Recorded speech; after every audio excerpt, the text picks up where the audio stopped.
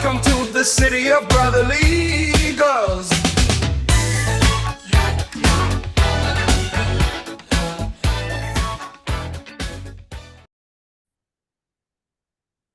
All right, awesome. All right, so I'm here with Christopher Brooker, ice cold, Yes, Philadelphia sir. legend in the game. Thanks for coming on, Chris. I really appreciate it. I appreciate you having me, Danny. Yes, sir. Awesome. We'll just start from the beginning. Like, what made you get into boxing? Your backstory, just kind of what started you, fighting in the beginning. Well, growing up, I was adopted, so I I was started out in foster care, and I was just always a loner, and then I got into the gym around the time that I started having a family. So when I was initially just to work out, and then once you got your family, you got to provide. So I started noticing like, you don't make the money off the amateurs. So as I had kids, I had to, start working to try to turn professional. So I had only had a couple amateur fights, about you know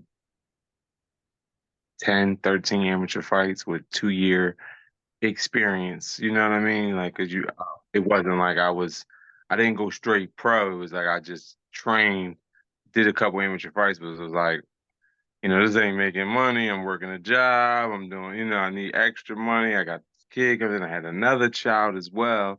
So, my motivation was always my family. Wow. Yeah, I saw on the commentators for one of your fights, it said you had 11 siblings or 10 siblings. Is that right? Yeah, yes, yeah. But that's when we was all put up for, in foster care. So that's how that worked out. You know what I mean? So it was all of us split up. But they've been coming around, boxing helped that bring them back together, support me during my fights, So I'm trying to get back around to getting some more fights.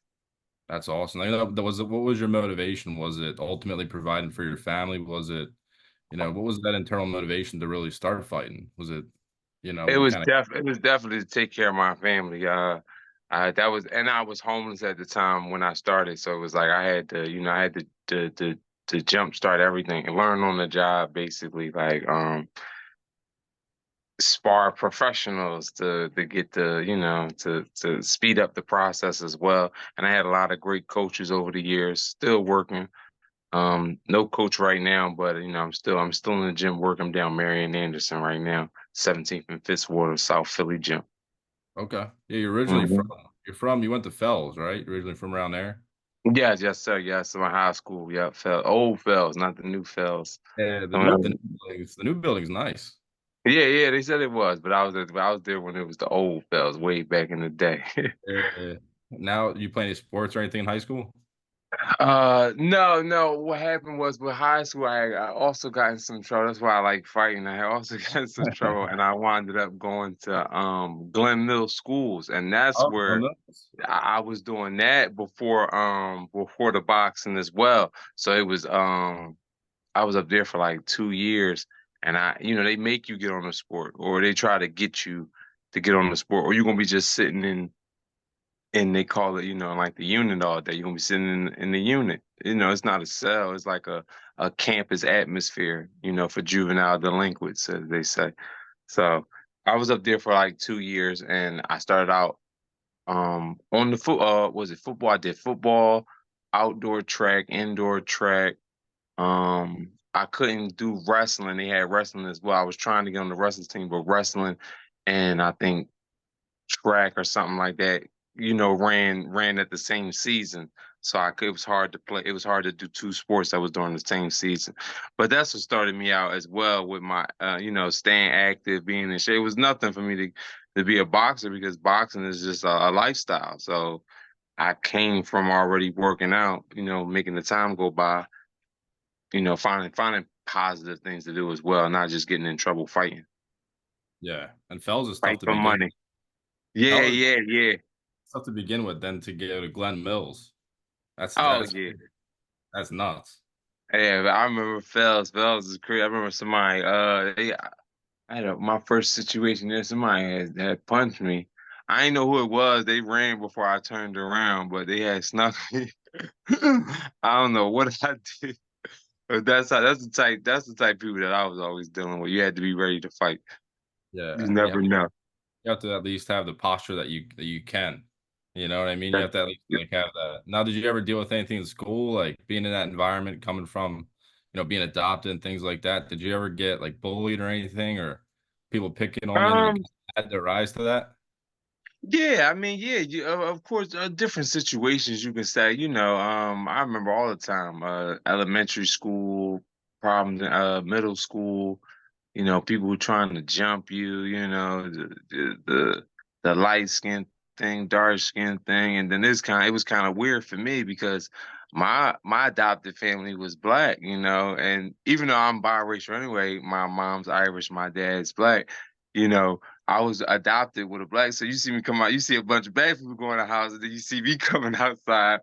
They looking at me like, you black then. You know what I mean? You black. You come out there, you black. Everybody in the house, you black. No matter what you mix with.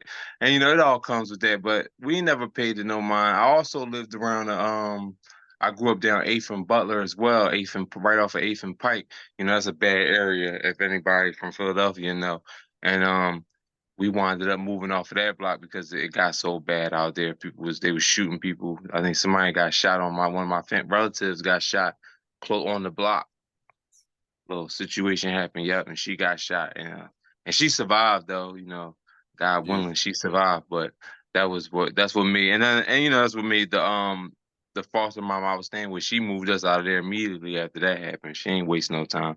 So that was my motivation too.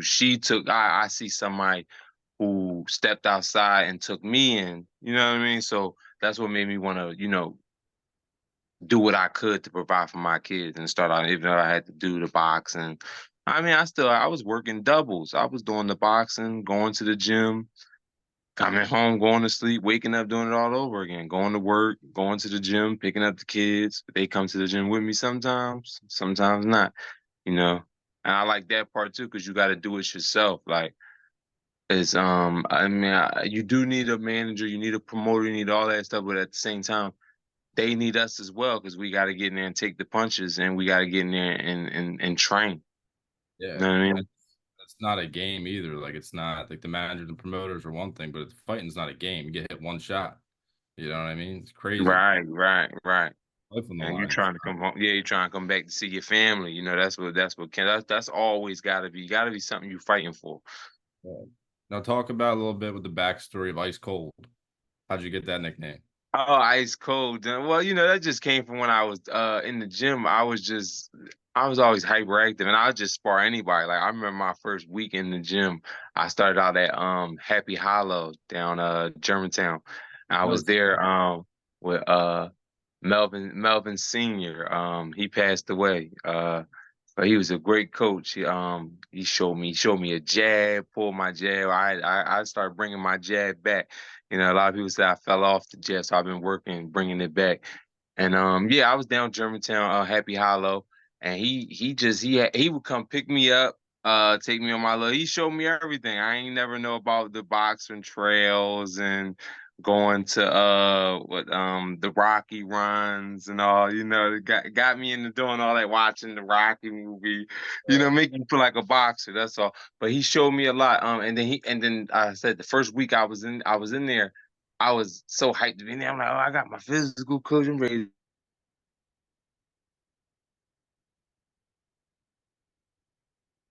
Sorry, somebody's calling me. Uh, I had to spar this big guy who was he was a 178-pound amateur, with like 200 amateur fights. I called myself, I sparred the first week I was in there, and he bust me up the first round, but that second, third, fourth round, I put him down every round. That's when I knew I was. He said, "Oh," and jeez. Is your mic cutting out, Chris? Like, is it cutting out a little bit? hey, I got somebody calling me. They don't know I'm in the interview. I No, apologize. it's Yeah. all good. It's all good. I didn't know if it was on my end. But yeah, I figured. I even watching your fights too. Like the first time I saw you, and I texted you about the one fight where you were right from the get go. You come and attack the whole time. It's Yes, almost sir. like your style is super aggressive. So I thought maybe that's how you got the nickname too. You know what I mean? Then you And got yeah, that. that's what he said as well. Because that's how I got to put him down. I went straight at him and started throwing the overhands. Like I said, I was watching my Rocky movies, watching Tyson was my motivation as well. When you first start boxing, you'll start looking at the old fights. I like Hagler. Yeah, I like to start the fight. I actually just started learning the box like recently. Like we could say this, like, but my whole style has been to just it's just fight, your hands up, protect yourself at all times. That's because in a fight, you really can't, you don't know what's going to happen. So to come in there with a game plan and something changes, yeah, you do got to adapt in there. That's what make the champions anyway, because they learn to adapt. It's never going to be comfortable. You Yeah, should never be comfortable if you're really fighting good opposition. And, once you reach that level, it shouldn't be nobody but good opposition. yeah. And your Now, I'm opposition, looking to come, and yeah, they're tell me about it. feeding you. Like I'm looking at, I was looking at the first out of the first 12 fights, maybe I think you fought 3 or 4 undefeated guys, and then 2 guys with like 1 loss. Usually, it's like And yeah, yeah, it's unheard of, and that's what we got to tell these new up and coming fighters. Like you gotta not pad the record, but learn to move right. You know what I mean? Because after I won the big my one of my big fights, I think it was the Leo Hall fight. Once I won that big fight, it's not about stepping back and fighting what they call cab drivers or easy walk. No, you just established yourself. So now work with that establishment, promote yourself, and look for the big money at the end. You know what I mean? Because they'll throw you the chump change to try to get. They threw them after, but I was still so hyped up, I kept winning. And then yeah, then they finally got they trust me, they gonna get you. They offer you something, then they offer you something else try to make you comfortable, but at the same time, we're gonna squeeze a little weight out you. We want you to come in a little under or a little over for our guy. yeah, Either way, you gotta tell a lot of fighters up and coming to look out for that stuff as well. Because, like I said, I learned on the job, so that's what I like to tell people. The stuff that I made mistakes with, and that was one of them as well. Fluctuating with the weight. That it's weights for a reason. It's weight classes for a reason. If the guy didn't come in at 168 pounds and he came in at 173, 74, go lose it. Or it's no fight. It's not my fault that you're not a professional. We're professionals now. So, we can't play around. Like, I want to come home and see my family. I'm not looking for you not to go home and see yours. I don't get nothing out of that. I just want to get my check at the end of the fight and win. As we all coming in there to win.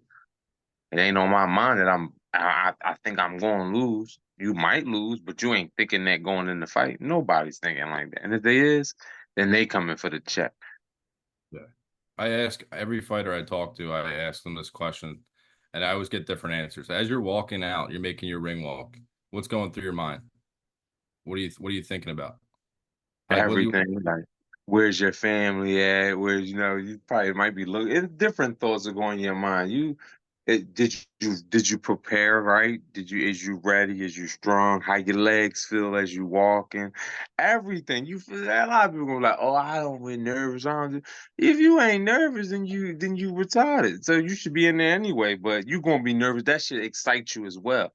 You know what I mean? You're gonna find some type of excitement. That's why I get a thrill off of it as I'm walking out to the ring. I mean, it can Yeah, go either way. It's like I guess it's like how gamblers are, or people that gamble or play cards or play games. It's like that. You never know what it's gonna be like. But as long as you work hard and you prep for it, you should be good. That's what we all as fighters think as we going in. But if you and you're gonna think about the little stuff that you did on the side. That stuff gonna eat you up. That's the real thing. It's the stuff that we did do that was bad or we didn't do. It's yeah, run everything. Like, oh man, I should have ran that extra mile. Oh, I shouldn't have quit that. Why I should have went that extra round. You don't wanna think about that going walking to the ring. It should be, oh, I'm glad I went that extra round. I'm glad I came to the gym that day. Like I just got out the gym.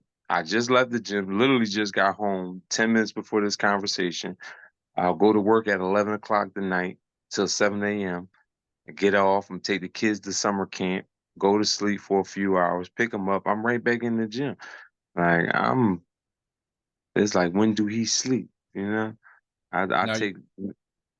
I'm now, listening. I take little naps in between. now are you planning on taking a fight again, like coming up soon? Oh yeah, yeah. Recently, I just was speaking with a couple of promoters as well. Alex Barbosa, R&D from I think it's R&D Promotions, if I'm not mistaken. Rodney Rice, and then that Rodney Rice is R&R, and I think there's a new one, R&D. Yeah. R&D, yeah, that'll be Alex Barbosa out of TKO Jersey, Yeah. TKO Boxing Gym. Yeah, I just spoke with him this evening, and he's trying to set me up something for September. He got a Wow. card coming. He said at the arena. So if anybody want to come out, let me know. I'm in the gym. I was in the gym the day after I spoke to him. I'm No, I was there. in the gym. Yeah, I appreciate you. I'm gonna put a show for you. I tell you, it don't matter who, but it don't matter how I'm feeling. I need a comeback fight, so I'm looking. I'm As soon looking as at whoever. you get all the ticket information, send it to me. I'll post it everywhere too. I'll definitely be there. I can't wait. I appreciate it. Anybody needs some sparring, any fighters you contact need some sparring. I'm going from middle to light heavy. So let's work. Wow. Wow. What are your goals with the comeback? Like what do you foresee your goals? You going for belts? You going for like building up fights? Like what are your goals with it? I need a belt before I'm done. I want to go after one belt and then Yeah. I just a shot. I know I'm gonna just win and see. I'm not gonna stop until I lose. So my whole goal is to put 100% in this time. I'm not signing anybody right now. No management, no promoter, nothing like that. I'm just learning how to do everything myself. 'Cause like I said, we initially was doing it myself anyway. You got the ticket sales. That's us as fighters selling the tickets, trying to sell the tickets. You got to publicize yourself. We have to do the interviews as well, trying to get ourselves out there to let people know, like, I'm not just a, dumb fighter, or I'm not just out here looking for money. I'm fighting for my family. I appreciate the support, and come on, I'm gonna put on a show. And like you said, my style is like a show style. Like when you come see a boxing match, you want to come see people fight. Like we want to see the boxing in between. It's always good to see the boxing in between. But at every boxing match, a fight break out. And that's Yeah. when everybody waiting for the fight to break out. That's all. It's true. It's true. I think the coolest thing too about boxing and fighting is like the human aspect. Like you talk to like an NFL player, an NBA player, it's just they're going at a different level. They won't sign for kids a lot of times. They're not approachable. I think with boxers, it's like intrinsically you're a warrior, so you're it's just different. Like they're approachable, but at the same time, it's those people are almost hesitant because oh he's a fighter. But at the end of the day, like just me talking to a lot of fighters, it's the human aspects and it's the different stories and it's the motivations and it's even the different cultures, the different viewpoints, everything's all coming together as one. Because when you're in the ring, none of that matters. It all, Exactly. you know what I mean? Learn And to be humble. it's 1v1. It's not like Jimmy didn't pass me the ball or Timmy didn't shoot it. It's like there's no excuses in the ring. I think that's what I find so magical about boxing. Yes, sir. That's why I got into it. I can see myself coaching. My son know how to box a little bit, but I don't let him, take punches. Just train as long as you know what you know, and you could defend yourself if ever need be in the future. That's all. It's good for me. I take the punches, so you don't. That's how it's supposed to be. A Now, if lot of he the does decide, a lot of the best like trainers, like say like Floyd Mayweather Sr. or Mhm. a lot of these guys, they fought themselves and they were good fighters themselves, like you, even like Miguel Cartagena, really, really Mhm. good fighters. But then they pass that knowledge on to their son. They pass that knowledge on to the next level, and it gets better and better each generation. So Yes, maybe sir. that your son, or if you get into management, get into coaching, like what to do, what not to do, and you could mentor somebody. Did you ever think about that? Yeah, I was talking to a few. I've been training a few fighters as well on the just physical getting in shape, just conditioning, strength and conditioning. I do that as well. But like you said, I picked up my techniques from the techniques that my coaches has put me through, and what was the best thing that worked. That's what I normally would do. You know what I mean? Like a lot of people don't know, like the stairmasters is a little bit harder than running to me. You go on that stairmaster for 20 minutes, it's harder than you trying to go run for 30 minutes, and you'll see the difference. And I had people a lot of times be like, "Oh man, you know a lot of work. We could do a 20-minute workout. I had you sweating in 5." You know what I mean? It's all about what you do. You don't have to be in the gym for 3 hours. No, we ain't fighting for that long. You know, Yeah. we only fighting for 30 minutes, 45 minutes at the longest.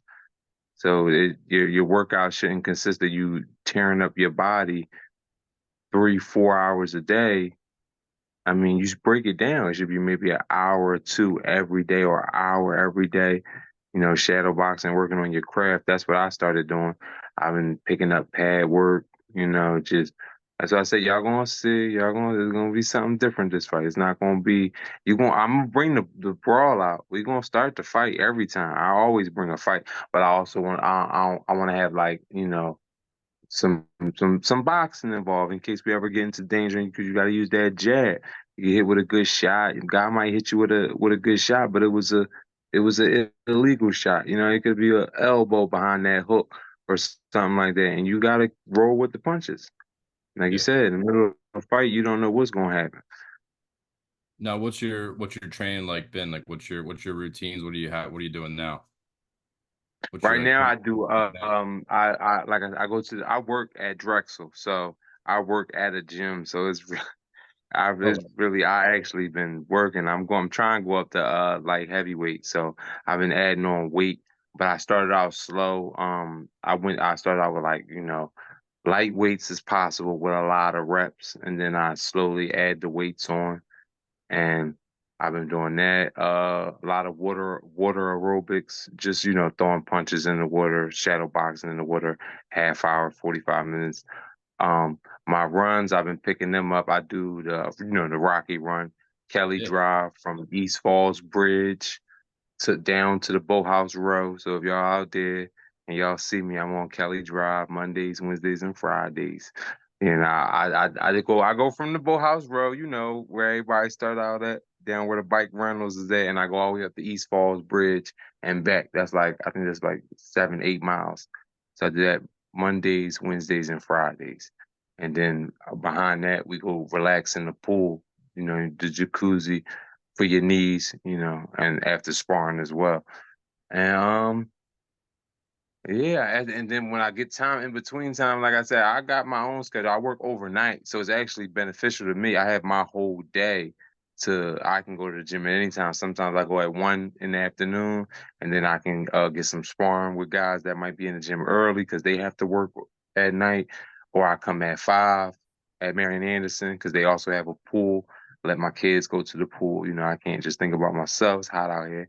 I let them go to the pool and maybe get a workout as well while I'm in there sparring people or hitting the bag. You know, not a lot of people want to spar me all the time, but I get the work I can. Yeah, I get the work I can. That's awesome. Talk a little bit about the I wanted to ask you about that Leo Hall fight.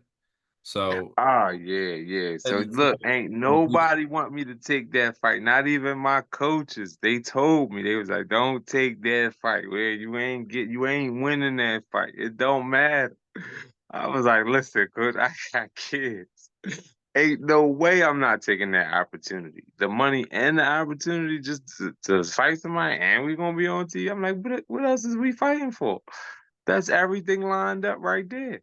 So he was like, all right.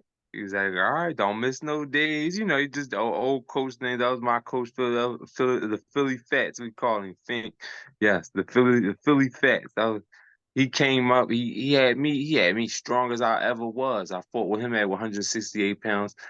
I think the Leo Hall fight, we jumped up in weight with the last 2 week notice, and he still came in over.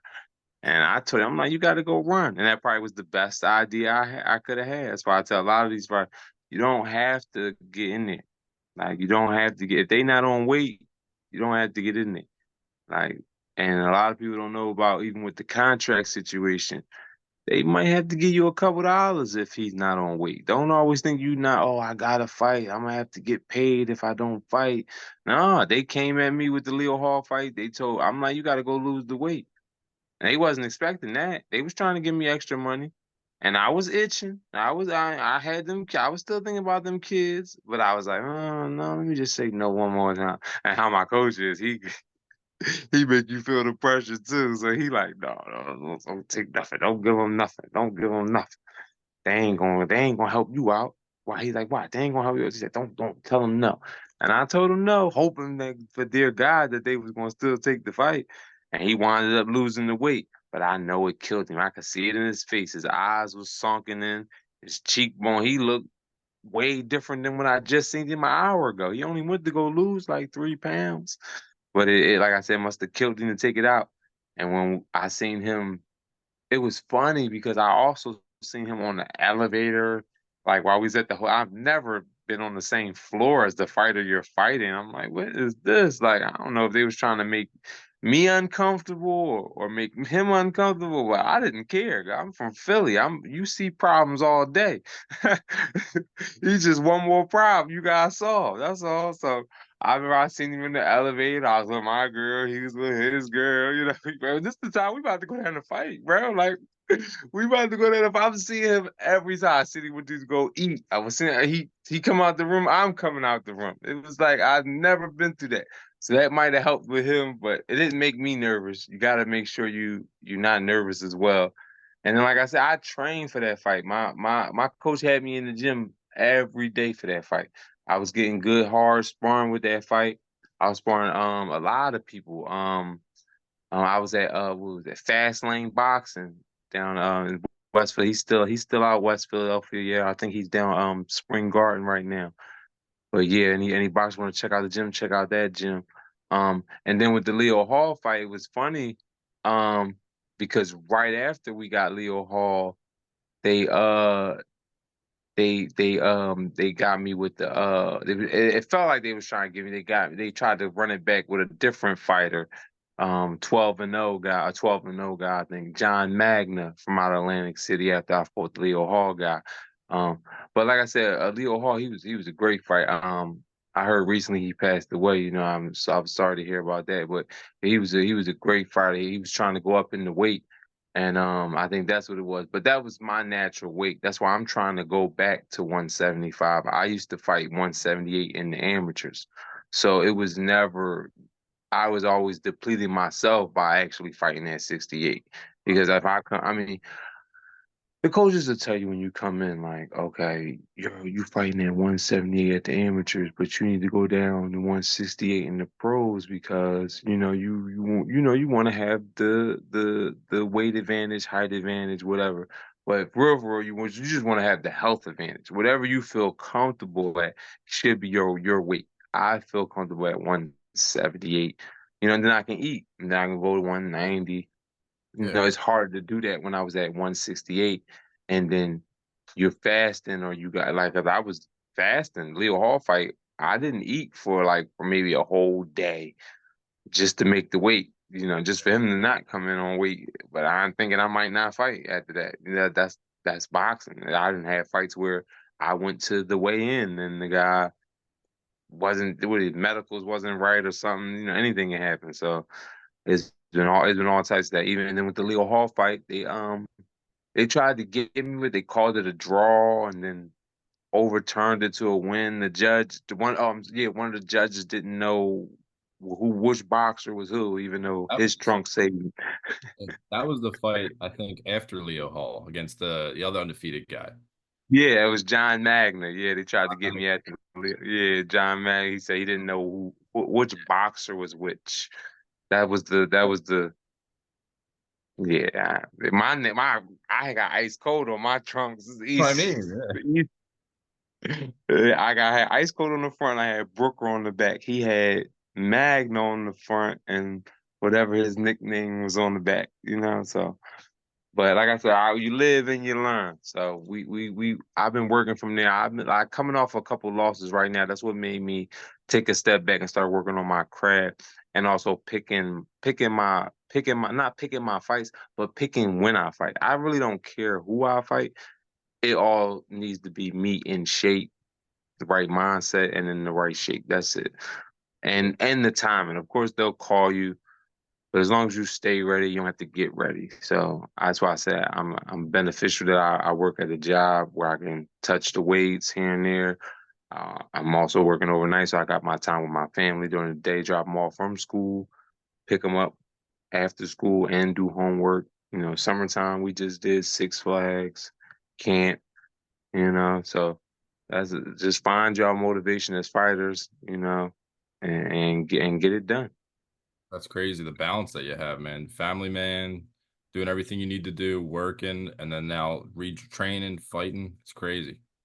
Because you a lot Yeah, of it was.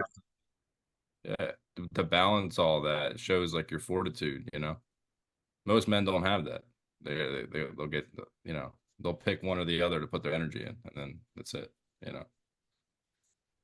Yeah, I give credit. That must have came when I was born hyperactive. They said I was hyperactive when I was young. So I like to get everything done. Yeah, they If said, it's important, yeah, I said, if it's important, you're gonna find time for it. So. yeah, exactly. And even with that fight, going back to that Leo fight, they said you had a week's notice. You go in there, I rewatched it. You won every single round, and then at the end, they announced the scorecards. I think one judge gave Leo one round, and the rest. It was clear that you won every round. And Hmm. read the scorecards off, and you said that sounds about right, even before Hmm. they won. I like that. They read off the scores. You're like, that sounds about right. And Leo Hall was like, maybe they'll give me a decision, and you got it. I was like, how? I already Yeah, that was cool. I was motivated. I just felt it. You could feel it. You could see it sometimes. I'm trying to tell you, and I feel it coming back. Trust me, they're gonna call again. They always call, but now I'm ready. I'm just more methodical thinking. It's not Yeah. just being. I still can be a brawler, but not barbaric. That's all. Yeah. Can't come out with the elbows up. Tuck your elbows, keep your chin tight. That's all I've been working on. Now, And my now, dad. yeah. Well, you have a nice jab, but like, I mean, they say that, but I think you do have a nice jab. I think you'll be fine. I mean, Christopher Ice Cold Brooker, man, you'll be good. Say that. That's motivation. Look, I can't wait till you come to the fight. I'm gonna come look for you before I go out to the ring. I'll be You there. gonna I'll hype be me there. up. That's what I need. That's all I be needing. Motivation. That's it. And even just as a fan, like watching you, obviously a huge boxing fan. When I first kind of got into it, 2015, I think, is when I saw you fight first at Sugar House. Hmm. I was still in high school at the time, and then it's always a fight fan. But then I seen your card, the card that you were on with Ty, and I don't know if Carter was on that card too. He might have been, or maybe that was another one. But in Philly, you had like a list of maybe like 5 or 6 names that everybody kind of knew, and you were one of them. And you just had that fast rise. And all of a sudden, they gave you undefeated guys, I think 3 or 4 in a row. You took them out. So, you know what I mean? I think if you have that confidence again, it's no problem for you. Yeah, yes. So you got, like I said, you can't. I jumped on everything that came at me, and I won some, and you're gonna lose some. Trust me. But as long as if I would have stuck it out and just relaxed and like, no, I'm gonna turn this one down. And then you gotta look at it. You gotta look who they fighting you against, where they fighting you at. Like I don't know, for some guys in states where you get hit with what you feel like an illegal shot. Where I'm telling you, I went to the back, and the ring doctor tell me, "Oh yeah, that was an illegal shot. Make sure you go see this. Make sure you don't go to sleep." Da da da. And then you go to the fill out the paperwork for it to try to talk to the boxing commission, and they'll say, "Oh well, this state has specific rules that only can't nobody overturn the referee's decision." So, and that's what they do. So you'll be fighting their fighter in that state on their card, obviously, and if anything happens, it might be in his favor. So just be ready Yeah. or don't take the fight. It's at your own discretion. I'm not mad, you know what I mean? It happens, it happens. Maybe I caught somebody that I beat that they feel like, oh, that was an illegal shot. I felt some type of way. It's gonna get like that. But as long as we keep fighting, what happens, happens. Yeah. So you mentioned like Rocky and everything like that.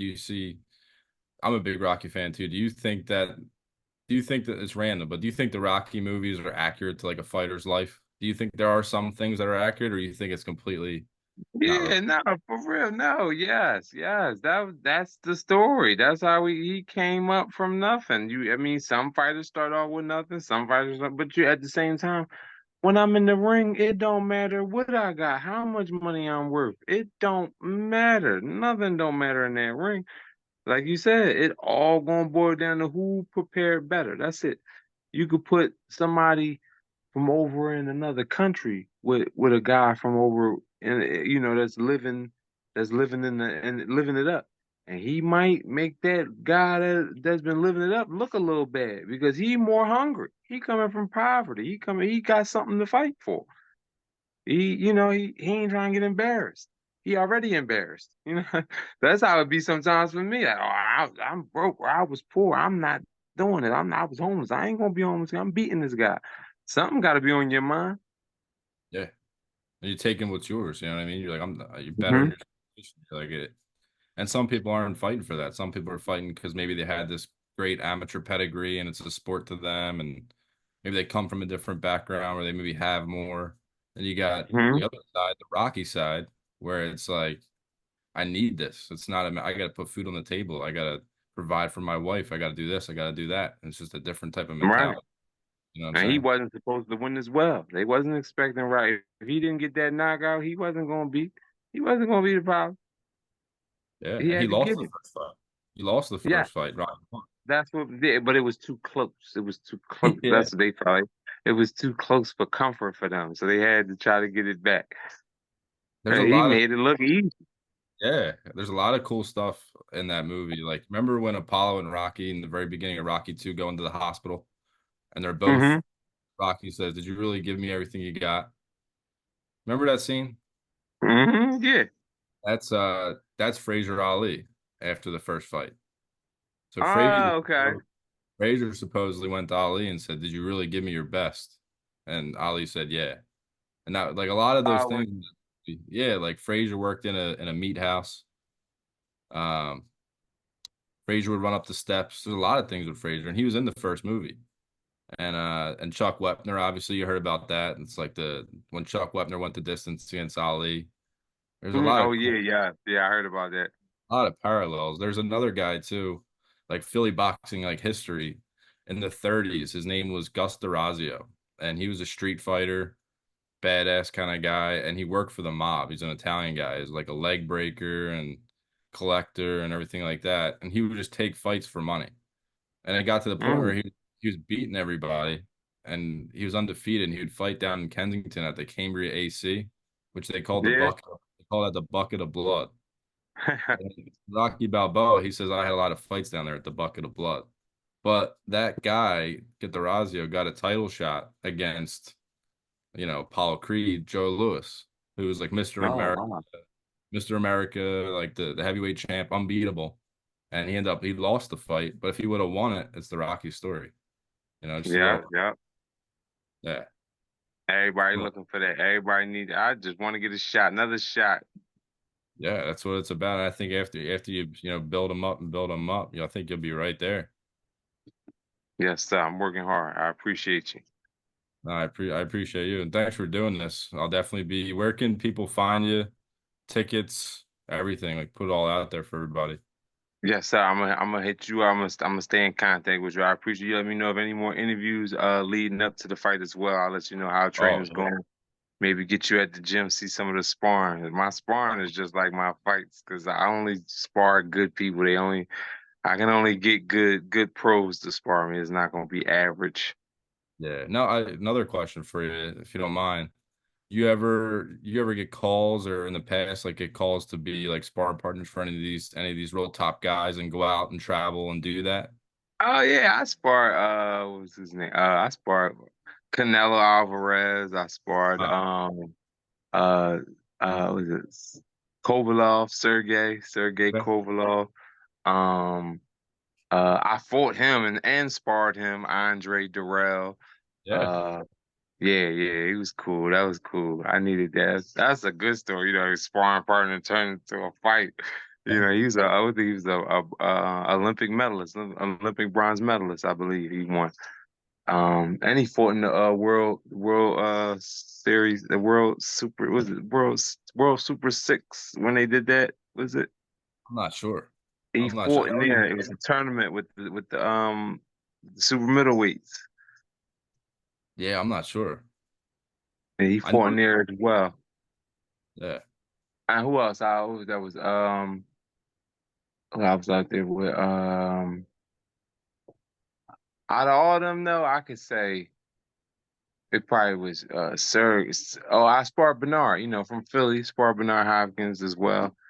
Yeah, he gave me this is when I first started out too. I needed that work. Yeah, he was strong. He seen me running down Kelly Drive. He was with his peoples, he's bigger than me. He's with some security guys. They's running with him, I guess. I don't know. They all had like weight vests on and stuff. They running with these big boys. Crazy. I love D Hop's interview where he's like, I don't eat candy, I don't drink soda. He's like, I'm ready for war. I don't do none of that shit that everyone else does. I love that.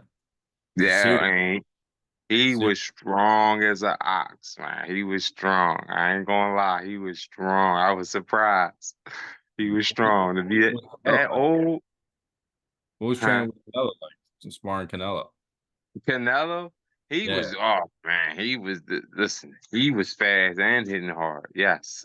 And this was when he fought I got him ready for Chavez. Oh Chavez wow. Jr. Yeah, when he Yeah. fought Chavez Jr., I was out there at his camp in San Diego, California. Nice, nice. They had a nice situation. Uh, they set us up in the with a car rental to get back and forth from the gym, the airports, and get if we wanted to get some food to eat. We had let us stay at a beachfront, one of his beachfront condominiums. I'm guessing it was like one of his houses for the fighters to make sure he's keeping up the training. And we was just working with him, 3 times a week, working with him like 3 times a week. And but he was good. He was fast. But I only got to spar him a couple of times. They said I was too big, supposedly. I just felt like it was because I was fighting back, because Yeah. the other guys he kept. Yeah. He kept, Yeah. he kept the other guys, but he got rid of the so-called big guy. So Like this guy from Philly, Ice Cold, just attacking Canelo. We can't have this. Can't have this. I asked him before we spar. I'm like, yeah, how y'all got anything y'all want me to do? A jab? I'm here to help. Be like, nah, you do you, do you. You only gotta tell me once. Like, Yeah, I hear you. I mean, That's I know how it is in the fight anyway. And that was like I said, that was years ago that I sparred him. That was before all his little accusations and all that. But I ain't gonna hold you, he did feel kind of strong because I came from Philly. Listen, I came from Philly and I was sparring heavyweights. Cause I'm a big guy. 68 is not far. Like I can walk around 200, maybe 190, if I'm staying in shape, 185. But nah, when you drop down, you feel it. yeah, And that's how it's always gonna be. But I was like, man, when I sparred him, it was like he was hitting hard and moving fast. Like I'm like, how you doing both? Like you either gain yeah, weight and something slows down, like the reflexes was still quick, but he was hitting like a heavy. He was hitting like the heavyweights I just left Philly from. So I was like, all right, I'm gonna fight back. I'm gonna fight yeah. back. So it turned out to be a fight. And then I know we had like 2 sessions and it was just like, we're gonna pay you. You ain't getting in the ring. What do you think about it? Is that common? Like how Garcia just got popped for like Ostarine? Like, is it? Yeah, a lot of even Dana White said he didn't think it was intentional. It was like a tainted substance. Is that like a lot of that stuff go like behind closed doors, like common, in the fight game? Man, you get caught with you knew what you was doing. I ain't listen. I ain't gonna get into it with about I ain't. But like I said, with different strokes, I lift weights. That's my strength. Yeah, That's my steroid. I lift weights. So you either strong or you're not. So I guess some people feel like they got to take that or they want to speedball the process. yeah, But me as a fighter, I think it is cheating because you can kill me. You hit yeah, me the wrong way, or I swing and miss, and you counter me correctly. but you taking something that makes you not hit me as, or you're gonna hit me harder than you hit anybody. Come on, like that's too much. Like it's really, like for real, it's too much. I Right. was surprised the he didn't get in more trouble than that. Like you gambling and everything on the level. Like Yeah. that sounds like you setting the deck. You know what I mean? You No lucky he doubt. ain't come from Philly with that stuff, man. Because there's been some hot people out here about that. For sure. He pulling that off. You just set the deck. Yeah. So It's, that's not betting and gambling. That ain't a part of it. yeah. It's like Bill, even look at it from like Bill Haney's perspective. Like you exactly said. If that was like your son or something like You that, and could you're have killed my son, right? doing everything the right way too, and people are doing that stuff, it's not right. You know what I mean? Crazy. And what it seems like with me, when I give my opinion, I call a spade a spade. You want to call, oh, it's so little of a gram of oxygen, right? But then we don't know if you took a detox to detox yourself out and clean yourself out, and then it only left a little bit in there. That's why you trying to come around with all the hype antics about drinking while you're on the. It seemed like you knew something might have came up funny with your piss. So you acting you like you he was acting the part, if you ask me. He was acting the part of coming out for something bad like that to happen. For I sure. mean, because you Everything. seen him in the fight at certain points in time. He was bending over, basically giving up. That I done fought people like that one time before where I hit a guy and he turned his back to me, and as I was trying to go hit him, the referee stopped the fight because that's like a sign that you're giving up. You know what I mean? You should always know where your opponent is at. Yeah. Your feet should be right at all times. Like why your back should never be to your opponent. How Devin was catching him with them kidney shots because he was Turning. leaning. Yeah, you're running away from me, bro. The referee can stop the fight because of that. You're Yeah. you're you're quitting. It's like Yeah. it's quitting to me. So that's what I say. You see him, you see him, and then you can also see the stuff if you accept to believe that he might have been taking it intentionally or maybe not. It don't know. I don't know, but I can say in the fight I did see regular him bending over, but that could be your heart. That Yeah. ain't got nothing to do with what you took. Yeah. What you That's took gonna get you through the fight. yeah. Now You with you just moving up, holding, yeah, you know what I mean? yeah, I hear you. Now with you moving up we move up to 175, right? I'm fluctuating between 168, 175. Whatever opportunity comes, I told him, I'm already comfortable at 68, but I would love 75 so I could walk around and, What do you and think? still be comfortable. What are you more comfortable at 175?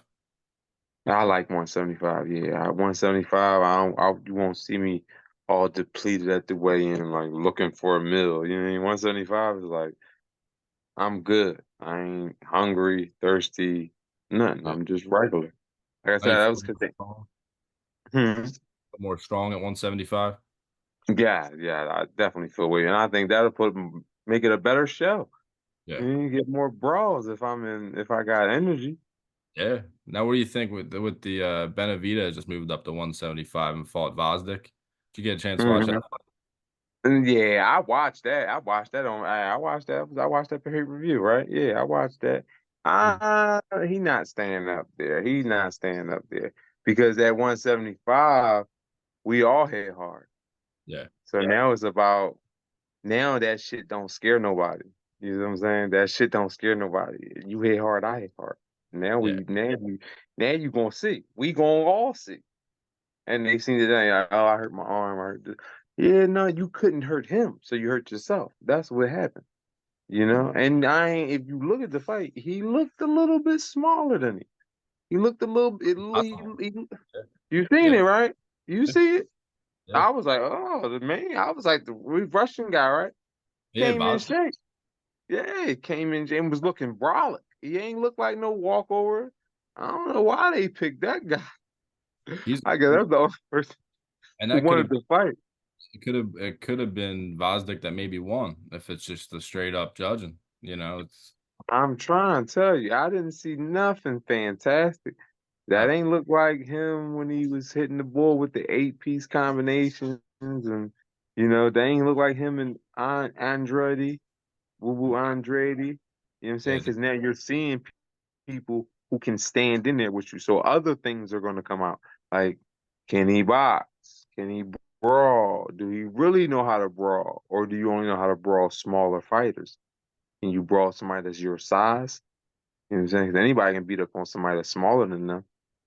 Because that's what the weight thing is. That's what they're trying 2020 to do. ice cold versus Benavidez 2026. Let's do it. I like that. He needs somebody his size. Yeah, That's and what it is. honestly, You got to be somebody your size. yeah, if you walk toward him, I mean, that's kind of what Vosdick did. That's why I brought it up. He walked toward him. He stood up to him. I think him moving up in weight. I think he should probably fight 168 instead. Yeah, I think that's what they're going to do. I think Yeah, that's some of the stuff that they've been talking about on the way. I've been seeing comments about that. He said he hurt his arm or he hurt his shoulder. He feels more comfortable at 68. But we'll see. They'll see. They'll probably try to milk it out as long as we can. Just keep picking fighters that we think we're gonna beat at 175. But you got to be careful because, like I said, everybody punching up there. It's yeah, weight classes for a reason, and he might have to wait to build himself back up because, like I said, that fight he looked the smallest I ever seen him. Benavidez. He ain't look big to me. Maybe like that was the weight thing, but he didn't look like him in body wise or style wise in the ring. yeah. So now your next, what would you say? What do you say has always been the best part of your fighting? And then what do you think people are going to see in your next fight that maybe like that's going to be new or, in your next fight, what are people going to see that's like, oh shit, he's back? Like what's going to be that thing? They're gonna just see that aggressiveness. I'm coming out that first round. You're gonna see a strong jab, but I'm gonna finish it off with some hooks, right hands, uppercuts. I got everything. I've been working, keeping the jab for space. I got little tricks. I've been watching, Jerron Ennis. I've been watching my man. He got a fight coming up. Shout out the Boots. Yeah, I've been watching. They got tricks. They've been hitting. I've been working on my pad works with my pad guy. I've been working, so I want to put on a show for y'all, but I still want to be. I'm a boxer brawler. I gotta call it what it is. I'm a boxer brawler. I like the brawl, but I know I have to box just to get there, just to get y'all to show y'all want. I gotta box because anybody gonna just come in there and let me punch on them. So I've been just working in the ring. I'm gonna still bring that aggressiveness, but I have to defend myself at all times, keep my hands up, and like I said, I'm gonna put on a show for y'all. Just come support. He told me early September, we got something going on with R&D Promotions. Um, that's Alex Barbosa out of Jersey, promoting out of Jersey. So I appreciate him. And I appreciate you as well. It's always good to talk fighting. I could talk all night. Yeah, Get ready for work soon. So I we're want to gonna be head on respectful. out soon. Yeah, I want to be respectful of your time. I know you're working at 11, but we'll have Yes, to. Yeah, brother. I really appreciate you doing it. And yeah, where can people find you on social media if they want to follow the journey, if they want to come to your next fight? Like, how can people find you?